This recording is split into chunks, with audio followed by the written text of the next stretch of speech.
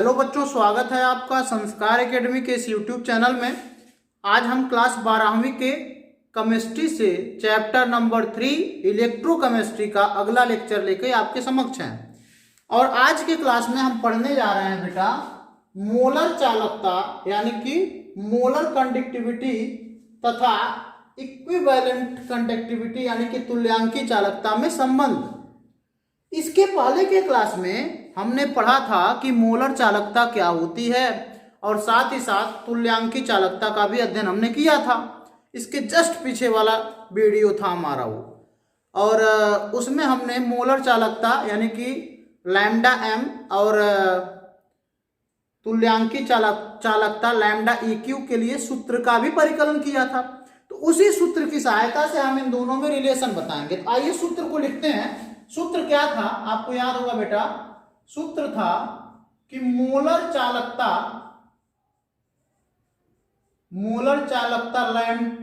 Lambda, दूसरा वाला lambda था, lambda m is equal to kappa into 1000 upon molarity यानी कि मोलरता।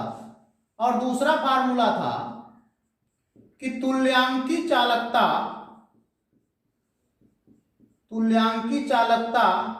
Lambda EQ is equal to kappa into 1000 upon नॉर्मलता। ये फार्मूला था।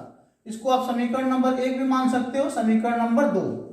अब संबंध बताने के लिए आप क्या करिए, 1 में 2 से भाग दे दीजिए। तो लिखिए यहां पे समीकरण, बड़ा मस्त संबंध आएगा बेटा। समीकरण 1 में 2 से भाग देने पर, समीकरण 1 में 2 से भाग देने पर, तो भाग दीजिए, देखते हैं क्या होता है। तो ये हो जाएगा बेटा लैम्डा एम बटे लैम्डा EQ बराबर kappa into 1000 upon molarity upon kappa into 1000 upon normality. तो यहां पे क्या होने वाला है, इसका मल्टीप्लाई इसमें होगा, इसका मल्टीप्लाई इसमें होगा। तो आपको फार्मूला मिलेगा बेटा kappa into 1000 multiply by n upon kappa into 1000 multiply by molarity. अब यहाँ पे कापा इंटू 1000 से कापा इंटू 1000 कट गया, तो आपको क्या मिल गया, lambda m upon lambda EQ is equal to n upon m यानी कि नॉर्मलता अपॉन मोलरता। ठीक है, ये हमको फार्मूला मिल गया। अब हमको ये जानना होगा कि नॉर्मलता होता क्या है। तो किसी विद्युत अपघट्य में ग्राम तुल्यांकों की संख्या, किसी एकांक विद्युत अपघट्य में ग्राम तुल्यांकों की संख्या ही क्या कहलाती है, नॉर्मलता कहलाती है। और उसी तरीके से किसी एकांक आयतन वाले विद्युत अपघट्य में मोलों की संख्या या 1 लीटर बिलियन में मोलों की संख्या को क्या कहते हैं, मोलरता। उसी तरीके से 1 लीटर बिलियन में ग्राम तुल्यांकों की संख्या को नॉर्मलता कहते हैं। तो फिर हर लीटर दोनों का एकांक है तो उसको लेना देना है, दोनों का लीटर एकांक है तो उससे कुछ नहीं लेना देना है। तो यहाँ पे हम क्या कर सकते हैं बेटा, हम यहाँ कर सकते हैं कि विद्युत अपघट्य में यहाँ लिख सकते हैं, नॉर्मलता की जगह पे क्या लिख सकते हैं, विद्युत अपघट्य में ग्राम तुल्यांक की संख्या, उसी को नॉर्मलता कहते हैं। क्योंकि दोनों एकांक है तो खत्म हो गया, ग्राम तुल्यांक की संख्या बटे मोलरता क्या हो जाएगा, विद्युत अपघट्य में मोलों की संख्या। किसकी संख्या बेटा, मोलों की संख्या। अब यहां पे हो जाएगा लैम्डा एम बटा लैम्डा EQ बराबर, ठीक है, विद्युत अपघट्य में ग्राम तुल्यांकों की संख्या। तो ग्राम तुल्यांक की संख्या कैसे निकलता है, हमने बताया था ग्राम तुल्यांक बराबर भार बटे तुल्यांकी भार। क्या सूत्र होगा, भार बटे तुल्यांकी भार। तो यहां लिख सकते हैं कि भार बटे तुल्यांकी भार, ठीक है। और मोलों की संख्या क्या हो जाएगी, भार बटे मोलों की, सारी बेटा मोलों की संख्या क्या होती है, N बराबर W बटा M, भार बटे अणुभार होता है। ठीक है, तो यहां से यहां पे हम इसको हल करते हैं। ये हो जाएगा लैम्डा एम बटे लैम्डा EQ बराबर, इसका गुणा बेटा इसमें हो जाएगा, यानी कि हो जाएगा आपका भार गुणे अणुभार, भार गुणे अणुभार बटे ये हो जाएगा भार गुणे तुल्यांकी भार, भार गुणे तुल्यांकी भार। तो ये भार से भार खत्म हो गया। तो क्या हो जाएगा, एक नया फार्मूला हमको मिल गया कि lambda m upon lambda E Q बराबर, देखिए बेटा कितना मस्त सा हमको एक फार्मूला मिल गया, अणुभार बटे तुल्यांकी भार। ये हमारा संबंध है किसमें, मोलर चालकता और तुल्यांकी चालकता में। यानी मोलर चालकता बटे तुल्यांकी चालकता बराबर होता है अणुभार बटे तुल्यांकी भार। ठीक है, क्या होता है, मोलर चालकता बटे तुल्यांकी चालकता बराबर हमको मिल गया अणुभार बटे तुल्यांकी भार। अच्छा, अणुभार बटे तुल्यांकी भार को एन फैक्टर भी कहते हैं, याद रखिएगा, एन फैक्टर बहुत इंपॉर्टेंट है। अब एन फैक्टर क्या है वो अभी मैं बताऊंगा, फिलहाल इतना समझ लीजिएगा कि एन फैक्टर कहते हैं अणुभार और तुल्यांकी भार के अनुपात को एन फैक्टर कहते हैं। और एन फैक्टर क्या होता है बेटा, तो एक मोल पदार्थ के द्वारा विनिमय आवेश की संख्या, एक मोल पदार्थ के द्वारा विनिमय आवेश, जो आवेश का आदान प्रदान हुआ है उसी को कहते हैं एन फैक्टर। ठीक है, तो अभी मैं इसके विषय में विस्तृत चर्चा करूंगा, घबराइएगा मत, फिलहाल इसको फिर से समझाते हैं। देखिए बेटा, हमने पढ़ाया है कि मोलर चालकता लैम्डा एम बराबर कापा इंटू 1000 अपॉन मोलरिटी, और तुल्यांकी चालकता लैम्डा ई क्यू बराबर कापा इंटू 1000 अपॉन नॉर्मेलिटी। अब इसको भाग हमने दे दिया 1 में 2 का, तो जब भाग दे दिए बेटा तो कापा इंटू 1000 से कापा इंटू 1000 खत्म हो गया, नॉर्मलता बटे मोलरता बचा। तो नॉर्मलता होता क्या है, किसी एकांक वैद्युत अपघट्ट में ग्राम तुल्यांकों की संख्या, उसी को नॉर्मलता कहते हैं, और किसी एकांक वैद्युत अपघट्ट में मोलों की संख्या को मोलरता कहते हैं। तो ग्राम तुल्यांक बराबर क्या होता है, हम कई दिन से लगातार पढ़ा रहे हैं कि ग्राम तुल्यांक बराबर भार बटे तुल्यांकी भार, उसी तरीके से मोलों की संख्या बराबर भार बटे अणुभार। तो यहाँ पे गुणा हो गया, पहला का गुणा चौथा में, दूसरा का गुणा तीसरा में, तो हो गया लैम्डा एम बटा लैम्डा ई क्यू बराबर भार गुणे अणुभार बटे भार गुणे तुल्यांकी भार। तो भार से भार कैंसिल हो गया, लैम्डा एम बटा लैम्डा ई क्यू बराबर हमको मिल गया अणुभार बटे तुल्यांकी भार। और अणुभार बटे तुल्यांकी भार को ही हम कहते हैं एन फैक्टर।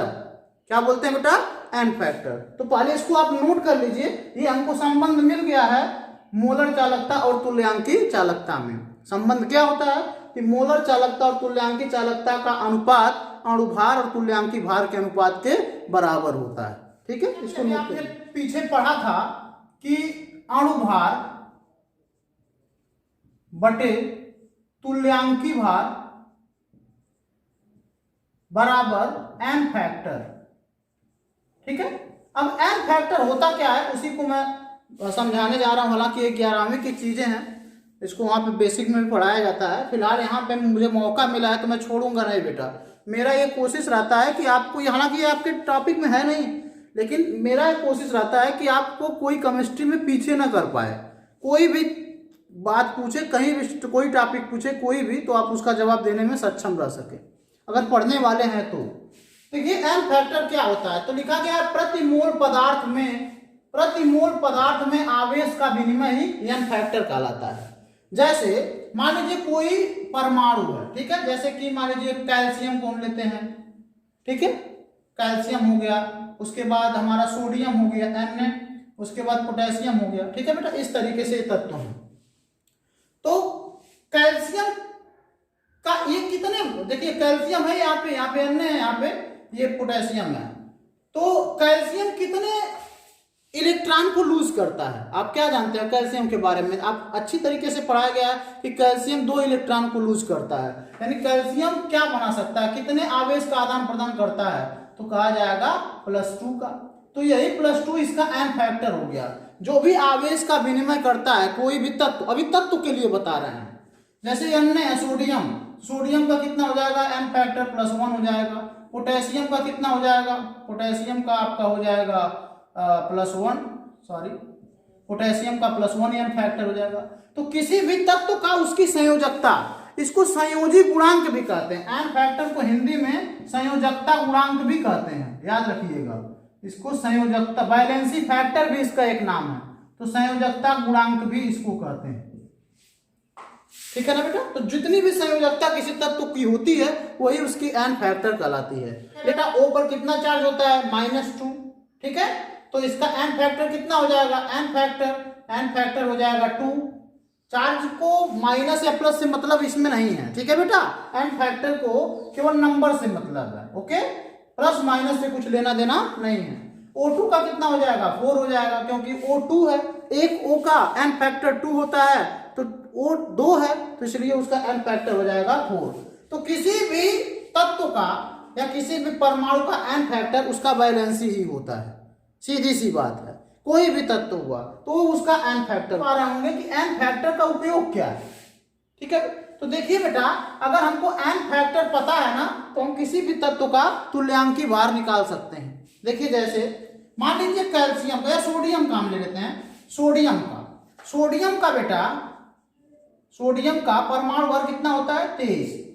ठीक है, और इसका एन फैक्टर कितना होता है, एन फैक्टर होता है 1।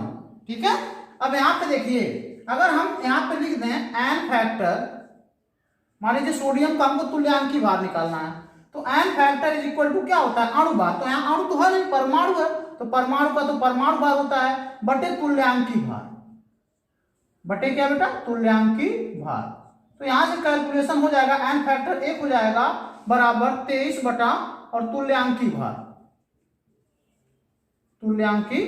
बटा 1 करके गुणा कर देंगे, तुल्यांकी भार बराबर कितना आ जाएगा, 23 आएगा। आप तुल्यांकी भार के फार्मूला से भी निकाल के देखिएगा, तो इस तरीके से जो उत्तर आ रहा है वही उस तरीके से भी आएगा। यानी कि एन फैक्टर अगर पता है, अणु भार तो हमको पता ही रहता है, नहीं पता रहेगा तो कैलकुलेट कर लेंगे। तो किसी भी तत्व का या किसी भी अणु का या किसी भी साल्ट का या किसी भी अम्ल का या किसी भी क्षार का अगर एन फैक्टर पता है तो हम निश्चित तौर पे उसका तुल्यांकी भार निकाल सकते हैं। कैसे, अभी तो हमने बताया ना कि तत्व का जो एन फैक्टर होता है उसकी वैलेंसी होती है। ठीक है बेटा। अच्छा, दूसरा, अब आगे आते हैं थोड़ा सा। मान लीजिए साल्ट है कोई, साल्ट का एन फैक्टर क्या होता है, तो साल्ट का एन फैक्टर होता है बेटा, ठीक है, पॉजिटिव या जो आयन होते हैं, पॉजिटिव या निगेटिव आयन, चाहे वो पॉजिटिव आयन हो, धनावेश हो या निगेटिव आयन हो, उसकी संख्या। जैसे मान लीजिए NaCl का आपको पूछा जाए एन फैक्टर क्या है, तो Na पर कितना प्लस है, 1, Cl पर कितना है, 1 माइनस है, तो इसका एन फैक्टर कितना हो जाएगा, या तो धन वाला लिखो या तो ऋण वाला लिखो, कोई भी लिख सकते हो, तो वो तो बराबर ही होगा ना। तो कितना हो जाएगा बेटा, एन फैक्टर 1 हो जाएगा। ठीक है, इसी तरीके से कोई भी हो, कोई साल्ट हो, आप आसानी से उसका एन फैक्टर निकाल सकते हैं। बात समझ में आई।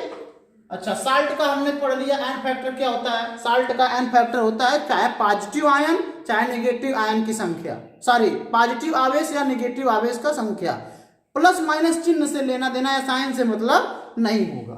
आगे अम्ल का एन फैक्टर क्या होता है, तो अम्ल का एन फैक्टर, अम्ल का क्या होता है, अम्ल का क्षारकता होता है, आपने पढ़ा होगा, बेसिसिटी होता है।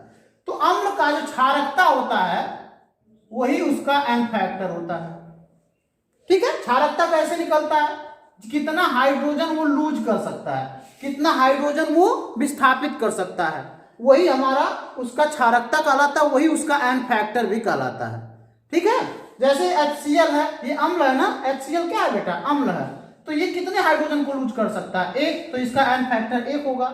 H2SO4 ये भी अम्ल है, कितने हाइड्रोजन को लूज, इसमें सावधान रहिएगा, हम उस समय भी बताए थे जब क्षारकता हम लोग निकाल रहे थे कि इसका स्ट्रक्चर बनाना पड़ेगा, P इस तरीके से डबल बॉन्ड O, अभी 2 O बचा है, तो एक O के साथ एक H जाएगा, एक O के साथ एक H जाएगा और एक H डायरेक्टली जुड़ा है, तो जो डायरेक्टली जुड़ा वो नहीं लूज होता है। इसकी एन फैक्टर कितनी होगी, केवल 2 होगी, 3 नहीं होगी। तो उम्मीद है कि आपको समझ में आ रहा होगा कि एन फैक्टर क्या है। और एन फैक्टर मान लीजिए पता है, देखिए मान लीजिए इसका एन फैक्टर हमको पता हो गया, HCl का एन फैक्टर पता हो गया। ठीक है, इसका हमको तुल्यांकी भार निकालना है, तो क्या करेंगे, तो एन फैक्टर यानी 1 बराबर क्या होगा, अणु भार बटे तुल्यांकी भार। अणु भार कितना होगा, 35.5 धन 1 36.5 बटे तुल्यांकी भार भाई क्या होता है, एन फैक्टर बराबर अणुभार बटे तुल्यांकी भार। अणुभार कितना होगा 35.5 और धन 1 36.5 होगा, बटा 1 कर दिया जाएगा, कितना हो जाएगा तुल्यांकी भार बराबर 36.5। किसी का भी तुल्यांकी भार हम निकाल सकते हैं। सारी यहाँ पर 2 होगा ना बेटा, H2 यहाँ पे 2 होगा, ठीक है। तो एन फैक्टर का मतलब समझे, अम्ल का एन फैक्टर क्या होता है, जो कितना हाइड्रोजन वो लूज कर सकता है, वही उसका अम्ल का एन फैक्टर कहलाता है। आगे क्षार का एन फैक्टर क्या होता है, क्षार का एन फैक्टर, तो क्षार का एन फैक्टर होता है बेटा, देखिए क्षार का एन फैक्टर होता है OH, विस्थापित होने वाले OH आयन, या कह सकते हैं क्षारकता उसका होता है ना, और उसका अम्लता होता है, अम्लता, एसिडिटी, अम्लता। तो क्षार का एन फैक्टर क्या होता है, OH, विस्थापित OH की संख्या, कितने OH को ये लूज कर सकता है। जैसे NaOH का एन फैक्टर क्या हो जाएगा, NaOH का एन फैक्टर 1 हो जाएगा। बात तो समझ में आई। तो तत्व होगा उसकी संयोजकता ही एन फैक्टर कहलाएगी। साल्ट होगा तो उस पर पॉजिटिव या नेगेटिव जो आयन की आवेश की संख्या होगी वही उसका एन फैक्टर कहलाएगा। अम्ल होगा तो उसका जो क्षारकता होगी, यानी कितना हाइड्रोजन लूज कर सकता है, वो उसकी एन फैक्टर कहलाएगा। और अगर क्षार होगा तो उसकी अम्लता, यानी कितना OH आयन को लूज कर सकता है, वो उसका एन फैक्टर कहलाएगा। और एन फैक्टर पता हो जाएगा तो हम किसी भी तत्व का अणुभार तो हम कैलकुलेट कर लेते हैं, तुल्यांकी भार हम निकाल सकते हैं। तो अणुभार बटे तुल्यांकी भार बराबर एन फैक्टर, और बराबर एक अभी हमने मोलर चालकता और तुल्यांकी चालकता में भी संबंध निकाला है कि lambda m upon lambda EQ is equal to क्या होता है, मोलर चालकता, अणुभार बटे तुल्यांकी भार, ठीक है। इस तरीके से आपने समझा, इसको नोट कर लीजिए। फिर आज का क्लास आपको बहुत ही मस्त लगा होगा, आपने पढ़ लिया है मोलर चालकता और तुल्यांकी चालकता में क्या अंतर है। ऐसे ही अच्छे क्लास के लिए, मस्त क्लास के लिए हमारे साथ जुड़े रहिए, हमारे चैनल को सब्सक्राइब करिए और हमारे इस वीडियो को अपने मित्रों में शेयर भी करिए, ठीक है। मिलते हैं अगले क्लास में एक नए टॉपिक के साथ, तब तक के लिए अपना ध्यान रखिए। आपका दिन शुभ हो।